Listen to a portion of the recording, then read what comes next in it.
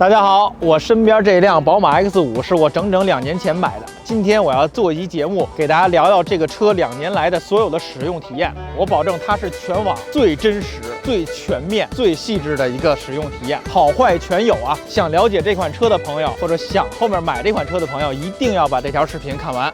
首先给大家聊聊当时为什么选这个车啊。当时我开着一个老的凌志350啊，06年的那车比较费油，然后没有任何高科技配置啊，我想体验一下新款的车。当时我的第一个选择是本田奥德赛，当时奥德赛刚出了那个混动的，哎，我觉得挺好，32万多。后来呢，我又试驾了沃尔沃的 V60，哎，我觉得这个小车质感也不错哈，36万多就对4万，比奥德赛质感好多了。我说那就 V60吧。后来呢，又琢磨，我都花36万了，那个 V90cc 当时优惠也挺大的，就40多万，我说来 V90cc 吧。然后 V90cc 完了呢，我又去试驾了雷克萨斯新款的 RX 啊，又加长啊，又加了辅助驾驶，好多高科技配置。那个车大概50-60万啊，哎，我说那再加一个买那个吧。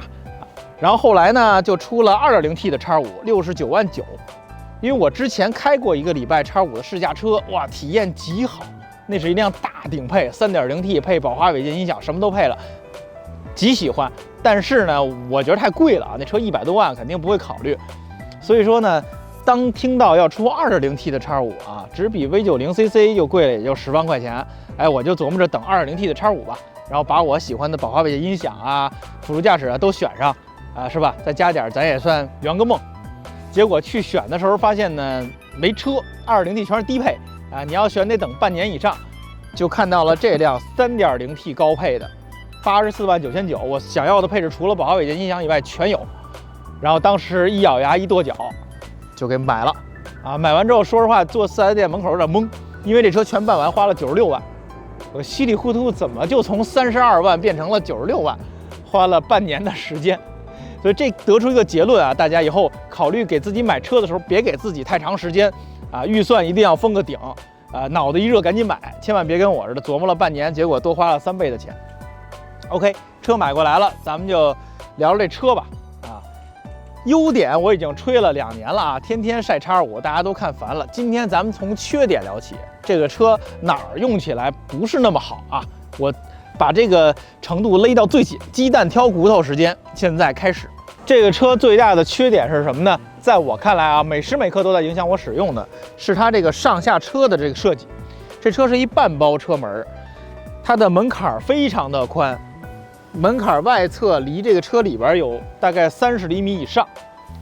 我这个身高啊，大家看这车是1.76米，我比车还高一点点，我大概1.8米多一点，带着头发带着鞋的这个身高，我上下车就这么一姿势，上就有点费劲了。啊，下是最费劲的，看我的腿完全沾不着地，也没有蹬的地方，只能这么着蹦下来。然后后果是什么呢？首先比较累，二呢，我的座椅外侧因为每一次都要剧烈的压一下，2万公里就已经全是褶了，要压塌的状态。而且如果这车脏的话，下大边是最脏的地方，它一定会蹭裤子，对，你裤子一定会蹭着泥。所以我洗车的一个阀值点就是，只要我要从车上往下蹦了。就没法碰这儿，我得往下蹦的时候，我就得洗车了啊，这是一个问题。当然，对年轻人来说呢，就是费点劲。但是如果对老年人来说啊，想给老爸买这个车的，一定要注意，随着年龄的增长，人会越来越僵硬。他每次上下车都是一次很折磨的事情，甚至于容易扭伤啊，容易有各种问题。所以，想给老爸买这车的，一定要注意这个问题。这车太宽，上下车太费劲。前排其实还凑合，最严重的是后排。因为这车本来就短嘛，后座短是众所周知的啊，我在这儿也就不说它这个缺点了，因为毕竟马上要国产加长的上来了啊，后排短这个问题会被解决，但是上下车的问题依然是存在的，就是它的门槛太宽啊，从后排上下也是非常困难的。我家小孩每次下车都要从这儿蹬到这个门槛，再蹬到下边门槛才能下来，要蹦好几下。所以这车如果拉小孩的朋友贴车衣，一定要把这边上都贴上，我这漆都有点划伤了。就是而且如果你一家子用，想拉老人70、80岁的去医院啊什么的，即使这车加长了，上下车也是很困难的。这种 SUV 非常宽的 SUV， 可能你一直要扶着它一点一点把它弄上去，再弄下来。所以这个问题我觉得这车最大的一个缺点。买车的朋友一定要注意，尤其上点岁数的朋友。咱们看看这车内饰啊，首先内饰设计没问题，我肯定特别喜欢啊，一个传统燃油的豪华车的内饰，全皮包覆啊，有实木，非常的繁华做的，而且功能按键也都特别合理，也特别好用啊，这就不说了啊，咱们也找点缺点吧，鸡蛋挑骨头啊。首先这个水晶套装很好看，但是在某些角度的时候，它会晃你的眼睛，就开着车突然有一束光射到眼睛里，是因为它这有很多个面儿，结果你如果开车开寸了，就正好会晃，几率不是很大。我开了2年24000公里，就晃过4、5次吧，也就，其实还好啊。然后大家见到我这儿有手机充电线啊，还有手机支架啊，这是为什么呢？其实这车有无线充电，但是它慢，所有车无线充电都一样。都是装上之后手机巨热，一路上充个20%是吧？就这德行。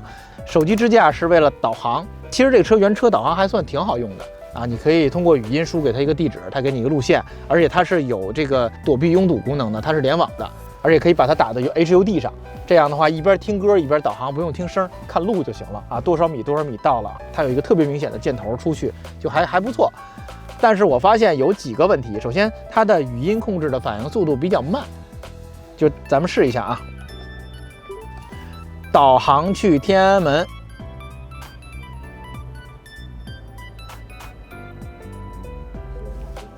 大家看到它其实反应了有好几秒，对吧？然后它问你选哪个目的地，然后你还要再确认一个目的地，再确认路线，就是你要确认好几次才能开始导，比较麻烦。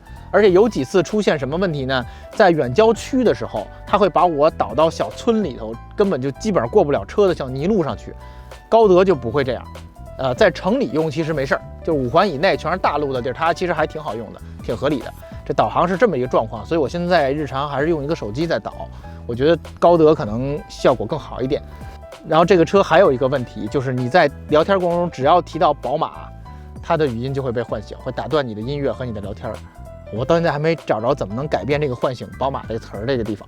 然后这2块大屏呢，我当时分别买了一个这个磨砂的膜和一个亮的膜，2块这个钢化膜保护了一下。实际使用体验呢，亚光的不好。为什么不好呢？只要有光照到这个屏上，它会有一个慢反射，你看到的就是一个光，都看不到这个车速这个表了就。大家要买钢化膜保护这屏的话，还是要买亮光的，它比较接近原来屏的效果啊。亚光的会有多余的反射，会影响你观看这个屏。带大家看看这车油耗啊，我这车到现在跑了23999，正好24000啊，2年24个月，1个月1000。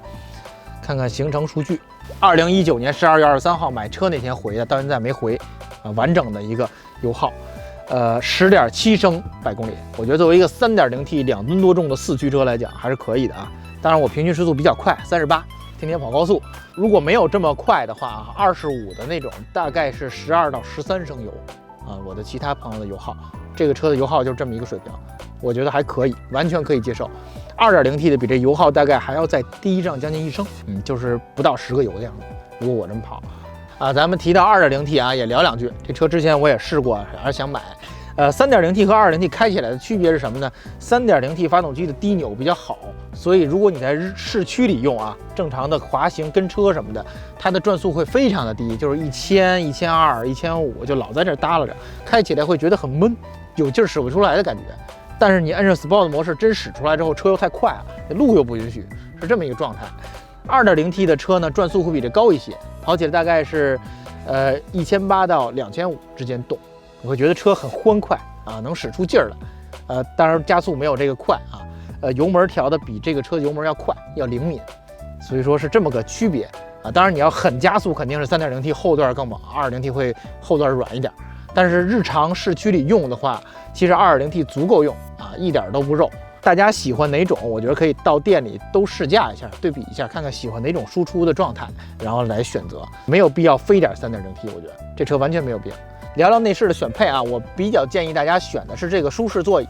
这个座椅跟普通座椅有什么区别呢？它调节的方向非常的多，它的腿托可以伸出来，整个这个夹紧的程度也可以调整，就是你需要激烈驾驶时可以加紧点，平时可以松一点。然后它的靠背可以折，就折到你最舒服的角度，包括它的头枕也可以探过来，大家看到可以探过来。这个座椅非常的舒服，而且带通风带加热。当然您预算再充足点，再选个按摩就更好。就是买这个车的朋友，我建议选这个座椅。这座椅我这个车是标配的，如果不标配，选也就是大概1万多块钱，我忘了是1.3万还是1.5万，不是很贵，但是我觉得很值得啊。就选完之后，车的舒适性大幅的提升。这车还有一个必选的配置，就是它的增强型辅助驾驶啊，这个东西真是太好用了。就是我当年决定买这车，就是因为这个，我觉得它让汽车工业往前走了一步，而且宝马做的非常好，你只需要按中间一个键，一键启动。ACC 和那个转向辅助2个都绿了之后就可以了。它的车道居中的性能、加速刹车的能力、车道识别的功能都非常的好，不是所有车 L2 都能做到这个水平的啊。宝马这个做的非常好，强烈建议大家选。这个大概3万块钱吧。我这辆车的音响是哈曼卡顿，单听的话效果还是不错的啊，对得起80多万的车的这种质感哦。而且这个车的本身静音非常好啊，音响效果还可以。但是如果你选了宝华韦健，你听了那个音响之后，这音响就没法听了，这东西货比货得扔，就没法比。如果大家预算充足，有这个选项的话，尽量选宝华韦健。就我觉得宝马 X5 上的宝华韦健真的是，不说登峰造极吧，可能跟那 iX 比差一截，跟其他车比真的是一览众车小，绝对是值得去听一听啊。掀开发动机盖啊，首先这辆车装了一个大直六 3.0T 的 B58发动机，刚买车的时候看着这个发动机极有满足感，特别爽。还有4个特别强壮的铝合金的加强杆，但是呢，满足了多久呢？1礼拜，就发现不对，哪儿不对呢？这机舱太大，它容易进动物啊。进了动物之后呢，你看我的棉就被咬破了啊，到处都是破损，就看着特别像个破车。还有一个问题是，动物会把机舱弄得很脏。啊，之前最惨的时候应该是有一个黄鼠狼，在我的机舱里分了几居室，啊，这块现在还有印儿的，永远是尿，黏糊糊的，特别难闻的液体。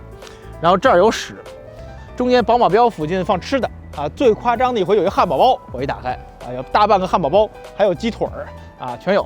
然后他睡在机油盖那个里边那儿比较干净一点。我把这些东西全清干净之后，过2天开回家。停了没2、3天，打开又是这样，布局一模一样。哥们儿已经认了这辆车了，而且给这车分了几居室了，我真是服了。我这2年用了无数的办法对付动物啊，最开始买那个水来喷啊，喷那个防动物水，据说还有腐蚀性，只敢喷在这个发动机盖这一点，喷一回能管那么1、2天，然后又开始有。后来我下了一狠药，买了2盒那个熏动物的药，拴在这个棍上。结果呢，有用吗？有用。我也差点被熏走了，就是那个东西被发动机高温烤之后有巨大的味儿，虽然挺香的一股味儿吧，但你总觉得对健康不利。你开着这车心里特别难受，然后一走进那个车都会有那个味儿。后来我就把这东西拆了啊，然后现在呢有地库停了，但是依然避免不了。你看这上面还是全是动物的脚印儿。对这个动物，后来我们就共生了，我也无所谓了，当个乐呵啊。看今儿又给我放啥了，明儿放啥了。直到有一天我去了宝马 4S 店。我发现有一辆X1停在那儿，被拆得乱七八糟，全车大线被咬断，据说要修7、8万，当时真的给我吓坏了啊！然后那一段时间，我租了一个离我们家1.5公里之外的地库，就为了防止这车进动物，让它安全一点，真是操碎了心啊！这个据说宝马的机舱里有一种材料，动物特喜欢那个味儿，而且它设计的确实地儿大，它的发动机离防火墙还有那么宽的距离，你就能看见地，动物可以从发动机的后面上去。然后我们想了很多办法，能不能弄个网子什么的挡住，也没法挡，因为有排气，有3元，非常的烫那个地方，所以至今这个问题没有解决啊。然后这个机舱还有一个小问题是它的这一侧有个洞啊，这个洞里面会进好多的脏东西，树叶子呀什么的，及时的要清理。就如果时间长了，进太多东西，它容易发酵，容易脏，而且甚至于说有点火星什么进去容易着火啊，甚至有朋友会有小动物死在里头，所以。我希望宝马后面能不能改进一下，把这东西都给它封上，别让它这么开放，是吧？这个世界上不光有人，它还有小动物，这小动物太喜欢这个地儿了啊！但是，我依然非常喜欢这台发动机啊，这个发动机真的动力太好了，我觉得它远不止340马力、450牛米，它标的太谦虚了。当时为什么买这车，就是因为这套动力总成。我觉得现在这个大背景下都开始上电了，燃油车不会再有颠覆性作品，这台发动机的低扭的表现啊，变速箱跟它的配合简直完美，可以说是好好买一台燃油车，你就可以买这车啊。这辈子开完这个车，对燃油车啊，起码 SUV 就没什么遗憾啊。给大家说说这车的轮子啊，我这辆车是标配的一个21寸的大外轮毂，这个轮毂我觉得是这车的颜值担当，我还是很建议大家选的。如果普通的车型不标配的话，选这个也就1万块钱应该。选完之后车的颜值明显提升。21寸，前面是个275，后面是个315的大胎。然后里面是一个 M 运动刹车，这个刹车呢很大很漂亮，但是初段其实踩下去还是比较柔软的，你狠踩非常的灵啊！我遇到过紧急情况，这车能非常短的距离就能站下来啊！这刹车也可以选一下。然后我这辆车是弹簧悬架的，弹簧悬架的呢开起来挺舒适，但是在一些有颠簸不平的路上，这车会有一些多余的晃动，尤其在山路上，或者说京承高速出城有一段路不是很平，就它开起来会晃。轿车是没有这样的晃动的，因为它重心还是高。然后空悬的车会好一点，它的拉的会紧一点，而且空悬的车底盘的质感更干净，小的震动晃动会更少。所以说大家如果能选的话，可以选个空悬啊。空悬在这车上也不贵，应该就1万多块钱，驾驶质感会有一个提升。当然，空悬岁数大了之后啊，5年8年之后，10万公里之后，你可能要花个2、3万块钱去修啊，就是它的气囊如果有漏啊，或者有些配件那个泵啊什么的有问题，可能要花点钱啊，但是花钱才能享受嘛，是吧？然后说说这车的大灯吧，我这个车是智能激光大灯的，这个大灯我觉得最大的作用就是好看，它有这个蓝色的小环儿，在你灭车的时候亮起来巨好看啊！但是我开了2年也没有看到过它真正的开启，据说能照600米啊，它有很多的条件，必须60以上的速度，然后没有光源啊什么都没有的情况下才能开启，所以说。这个实用性没啥，就是好看。这个选配大概是1万块钱吧，我记得啊，也不是很贵。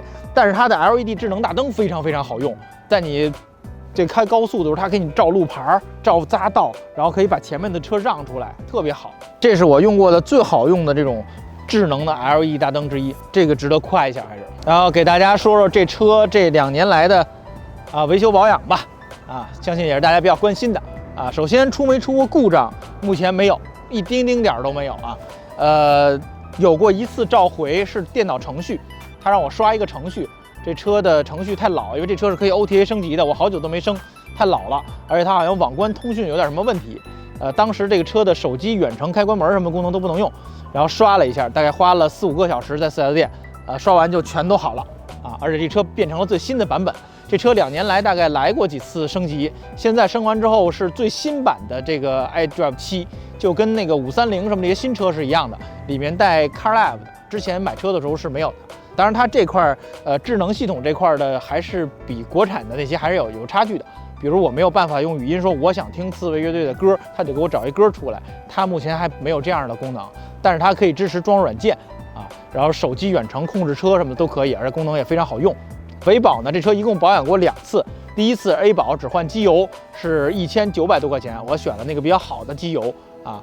如果您的车带 GPF 的话会更贵一点，可能要2000多块钱，每升比我这贵个50、60。我这个车是最后一批不带 GPF 的啊。然后第2次保养就比较贵了，第2次保养我是完全遵守4S店的建议，换了机油、机滤、空滤、2个空调滤、汽油滤芯儿，包括火花塞全部都换了，花了5200块钱。其实换的目的也是想体验一下宝马的这个服务，同时也给大家报道。当时我拍了一个小视频，大家可以去看啊。这就是基本上维保的这个价格。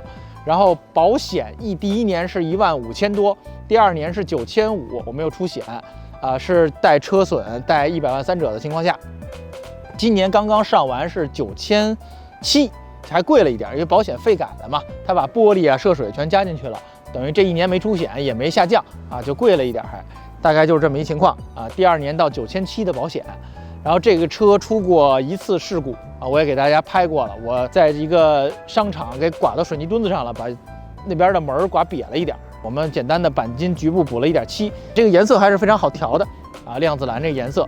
然后简单说说这颜色吧，有很多朋友都买了这个车我有一个小的车主群，大概10几个人都是这个车主，都是我好朋友。然后我发现没有人买这个亮紫蓝色的，就我一人买。我问你们为什么不买呢？你们都买灰的、黑的，就一个白的。他们给了我一个无可辩驳的理由，说你那颜色看起来特别像X3。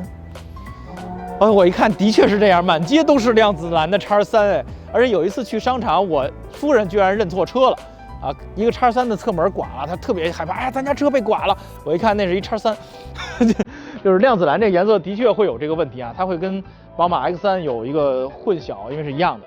但是我喜欢这个颜色，因为我觉得作为我这个岁数啊，我之前开过一个黑色的试驾车，我觉得黑色太老了，太油腻了，就是显得我一下车，我觉得我都50了啊，我这35到50这段还没过呢，是吧？